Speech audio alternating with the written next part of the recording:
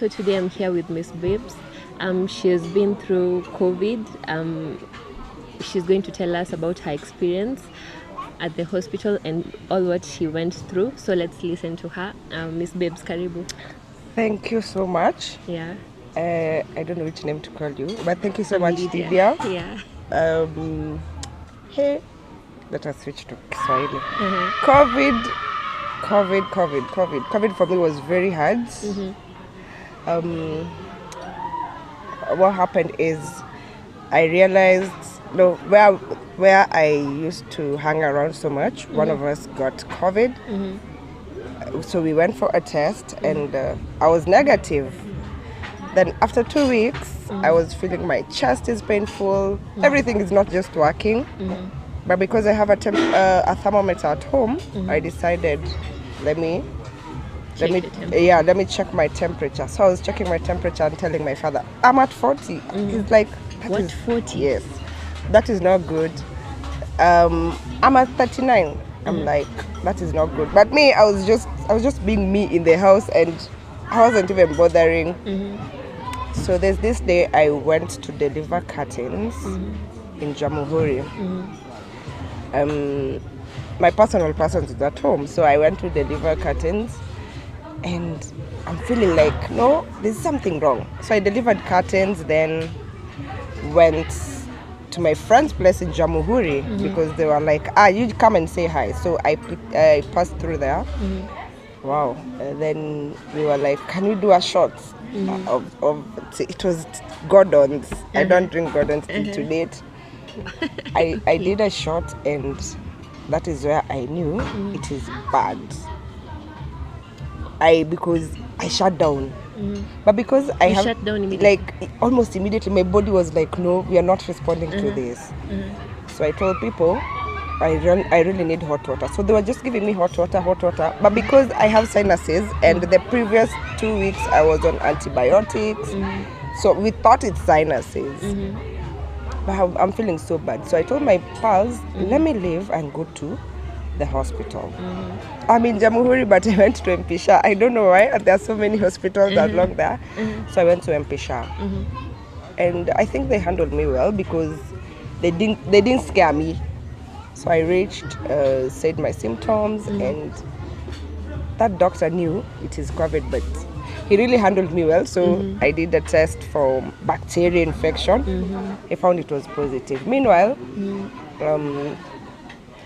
I was feeling like I'm not feeling so well. So I asked for water. Kumbe, the water had salt in it. But I'm just drinking. I don't know. So that nurse gave me salty water. So later on she told me, you've drunk that water? I'm like, yeah. I said I'm thirsty. So you weren't feeling the taste? I wasn't feeling the taste, and I don't know. I think for me I was so naive. Those symptoms, for me, I didn't read. I was just there. So one of my persons also called and said, there's a job there at Mpisha. I'll send you 1,000. It's something.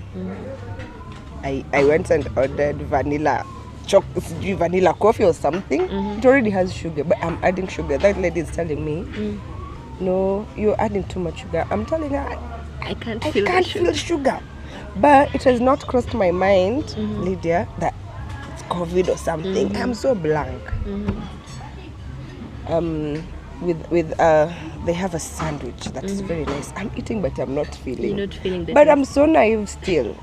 I'm not relating. So we did a COVID test. Even when we did a COVID test, I was so naive. Like, I wasn't still registering anything. So we did a COVID test. And they gave me coffee to nusa, to and see. To smell. Yeah, to smell. I smelled the coffee, but I didn't hear anything. So I just reported. Didn't feel the Yes, smell? I didn't. So I just reported to the nurse. I haven't felt anything. And I went back and sat and went to my phone and, So later on, I stayed there till around 7. 7? Actually, it was at the not. hospital? Yeah, because everything was so slow and, So I stayed there. Then it is now my father who told me, are you feeling like this, like this, like this, like this? So that is when I started registering. Okay. this might be COVID. So he sent me something on WhatsApp for COVID symptoms. You hadn't read before? I hadn't read. Me for COVID, I hadn't read. So I started ticking. Oh, this is this is this. Smell, tick, you know. So we did a COVID test and they told me because it was a Saturday, so we'll get back to you on Monday. I remember I was so angry. I took an Uber, but I told the Uber guy I'm not feeling very well. He was very nice. He just told me to sanitize and took me home. So I reached home and I remember, now in the car now I was like, okay, this is COVID, Charlotte, and you need to focus. Were you scared, like the tension and all At that point, not yet. The scary part hadn't come in. So when I reached home, I found my personal person has cooked. But the anger, now I felt anger. I remember I entered the house and went to the bedroom and cried. And cried and cried and cried. No, Lizwa, what is it? What has the hospital said that I am crying? Maybe I locked the door and cried. I cried. Then I think I cried for almost 30 minutes. Then I shut and kept quiet now and told myself, this is life. It happens. We start. We move. We need to know what is being done. What were you thinking at that moment when you were crying? I was thinking, I have been so safe. Like, I was indoors. I think that time, even business-wise, I wasn't doing anything. I was so indoors. Taking all the measures. So my anger is like, I mean... Where did this come to Yes. me? I think even that time, Sherehe was... People were coming to my house. So, me, I wasn't getting out at that point, Everything that I needed to do, I did it at home, like work, everything. So now my scary part was the people I had interacted with that Saturday. Yeah. Friday, I have a friend called Anita, came home and, so now I'm thinking about these other people. But I didn't say anything that Saturday because it was a Saturday. So the food I ate that day had a lot of pili. He put a lot of chili there. But I was not feeling it. You weren't feeling the chili? But you see, ananiangalia zile za like, madam, una dish. But at least somebody gave me the chance to cry and drop it, and So when I woke up there after 30 minutes, the anger died. So I went and I told my people, now I did a COVID test and it might be positive. I think people in my house were like... They were shocked. Yeah, they were shocked. But I think that is the best support system somebody can get. So on Monday, my personal person is sitting there and wondering, okay. And because it called me, I'm so soft. But I'm like, no, this is COVID. Yeah. So Monday reached and I saw Mpisha's call and I knew it is results. But I knew it will be positive. So the way they just started, you just need to be positive. Because when you start, hi Charlene, how are you feeling?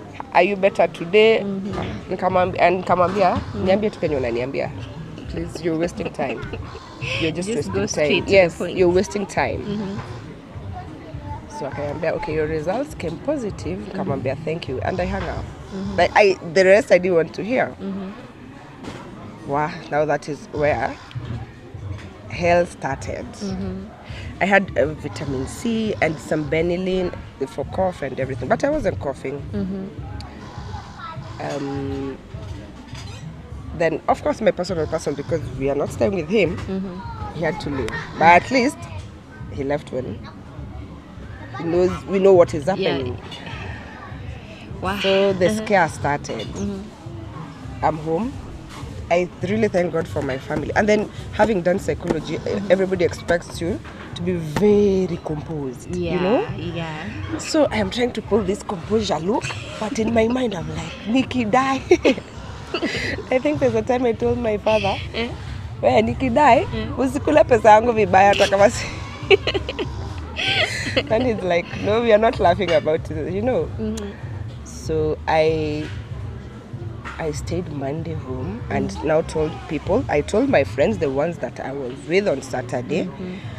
I told my close friend Anita, I need you to, because she does influencing and everything, I need you to cut beat kidogo because I'm COVID positive and we were with you. I need you to listen to yourself. And I also told my friend the one by the I did. I was very transparent with everybody I had met.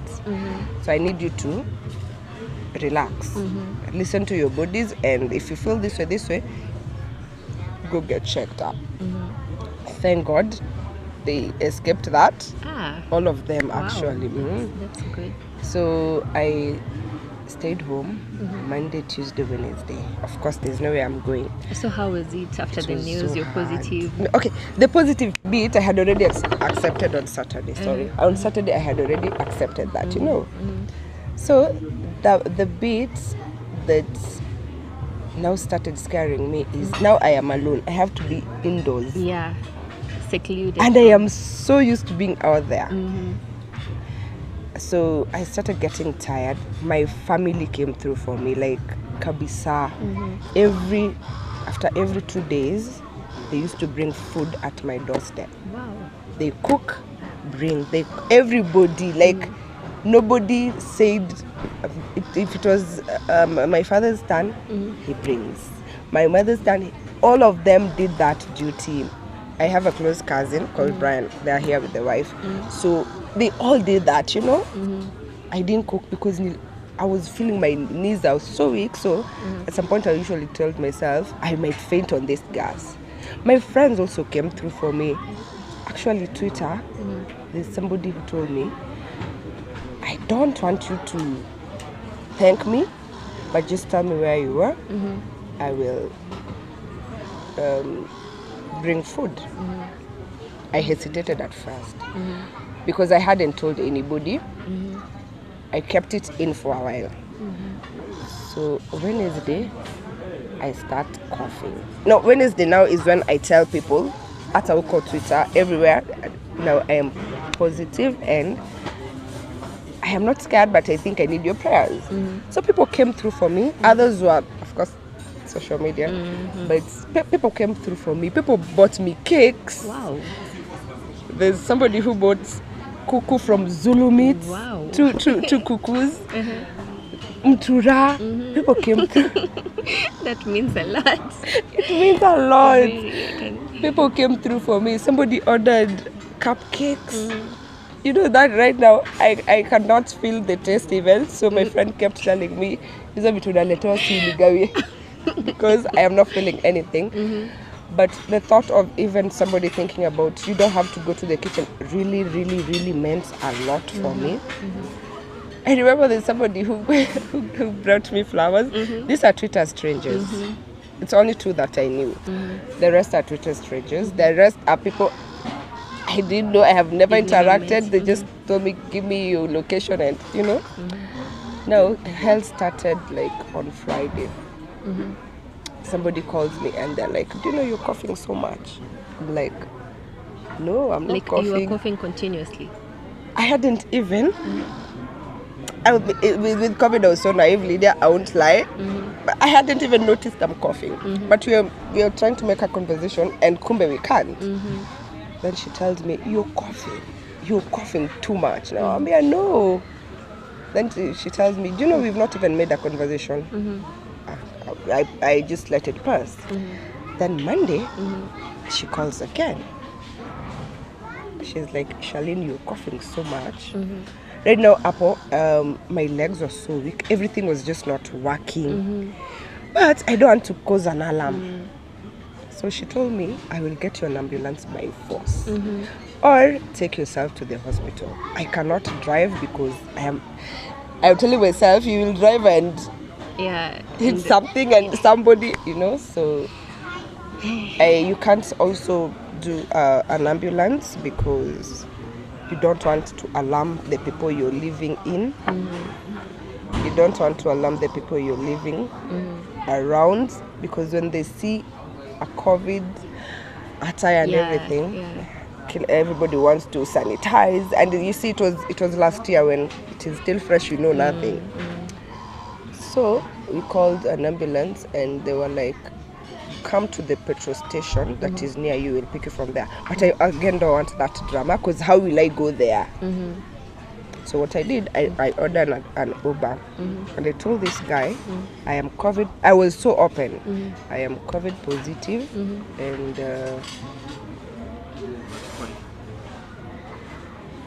I am COVID positive, and I don't want to lie. I am going to hospital because I'm feeling I'm not okay. He was so nice. Nice. Wow. So nice. That's rare. So nice. Because I told him on phone for him to decide, are we going or are we not going? I don't want to reach there, and then he tells me. So I gave him the chance to decide. So he just asked me, do you have masks? I told him yes. Please. But I was just like, okay, fine. And then, do you have gloves? I had gloves. Zile like the Hosea, I had gloves. So I wore gloves too. And Akaniambia, I am here, darling. Wow. You come, I will open for you the door, and you will sanitize. And we'll open the windows. He did that, took me to Warwick, Nairobi Hospital in Warwick, because they are fast. I reached there and paid, and he took care of me. Wow, that's so... He really took care of me. We are friends till today. Wow. He took care of me very well. So I reached there, and the first person I'm seeing at the receptionist is a pregnant woman. I just told her, I just shouted from afar, I am COVID positive. Let me not even get... For me, I was so open, because I was telling myself, I don't want somebody else to feel what I'm feeling. So I just told her, I'm COVID positive, let me not get near you. She was like, thank you very much. She called somebody, took me to a room. I was coughing by that time, Lydia. I was coughing. I think everybody could hear that cough from afar. Wow. So that doctor was also nice. I've forgotten her name. The nurse, they were so nice. Wow. So nice. They took me into a room, of course, saturation, oxygen, and that is where we knew it is bad. It was at 80. It's supposed to be 90, 95. It was at 80. At 80, then they tell me the oxygen is very bad. Do I know anything about oxygen? It's none of my business. I was just looking at them like... So they were like, we need to admit you. I'm like, okay. Hey, are you telling me or are you requesting? That is what I asked. Kambia, no, we are not requesting. Your oxygen is so bad. So we looked for an ambulance and a bed. There were no beds. Right now people are saying there were no beds. That time there were no beds. I need to be put on oxygen, and oxygen was there by that time, but beds, ambulance, nothing. So I was very comfortable. I went there at around 11. I stayed there, slept. They gave me a room, slept. They brought me tea and bread. I think even at some points they were coming to pick at me. You go bad, But I think because I was coughing, they could hear you go. But they did a good job. I went there at 11. Do you know I was being taken to Nairobi Hospital at 9 p.m. because of looking for a bed. Yes, I went there at 11 a.m. And I was being driven to the hospital at 9 p.m. What? Meaning there are no beds, nothing. I reached there, the ambulance came. I got good people, 2 good gentlemen. We are still buddies. One of them is called Eric. We are still buddies till today. I was coughing, they are turning, are you okay, madam? I'm just fine. Can you just get me water? I'm very thirsty. We went to a supermarket and they looked for water themselves. Wow. Yes. Because they didn't have water, so we went and they looked for water. They gave me water, and it was a long journey now, because now I'm thinking I am being admitted because of COVID, Harry, you want me to because of something you can really understand. Yeah, but COVID. We don't understand COVID. You Yeah. know, so now anger started. I'm so angry. I can't see my people. My people can't come. Nothing can happen. You know.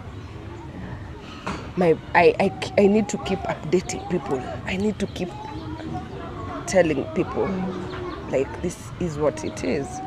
But from my friends, I kept quite a while. I just talked to my family. Then I reached there. There was still no bed. I think they discharged someone because I sat at the waiting bay for like an hour. An hour? Yeah. And you see the With whole oxygen. day. By that time, I wasn't still on oxygen. So I reached and it was so bad. I went to the HDU first. I was so bad. I went to the HDU. Now that is where, Lydia, the bad experience comes in. You are very sick. Then I was welcomed by a dead body being picked. What?